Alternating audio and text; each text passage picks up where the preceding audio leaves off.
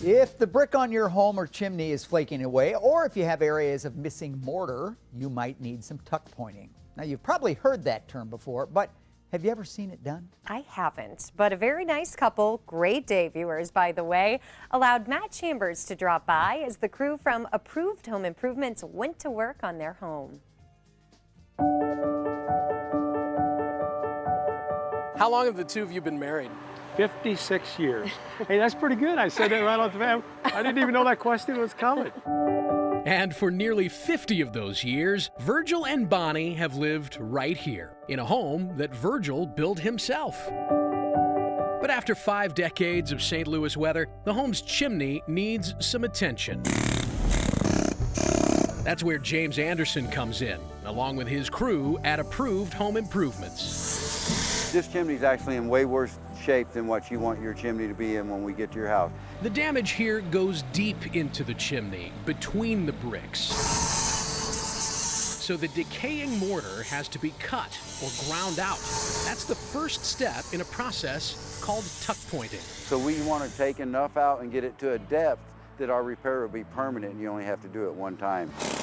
In some cases, carving out the mortar isn't enough. Sometimes entire bricks have to be replaced. When the bricks are solid and hard, the mortar's the only issue. But if the bricks are flaking, coming apart just like the mortar, then the brick needs to come out too. We've got the chimney ground out.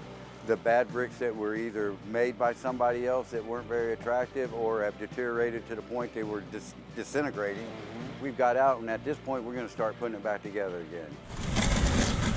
And putting it back together again starts with fresh mortar. It almost looks like pastry bags, like cake decorators use. I mean, it's the exact same thing.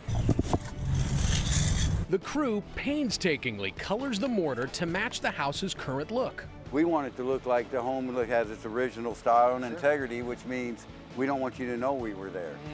Why does the brick around the home look so great when the brick on the chimney was really pretty dilapidated? The brick on this particular home is in really good shape because they have like a 2-foot overhang. Most homes have an 8-inch overhang, so their overhang is like a porch around the whole house, a big overhang roof. That's why the chimney's so much worse. It's above all the elements with no protection. Oh, back to Bonnie and Virgil. I asked them why they decided to hire James and Approved Home Improvements.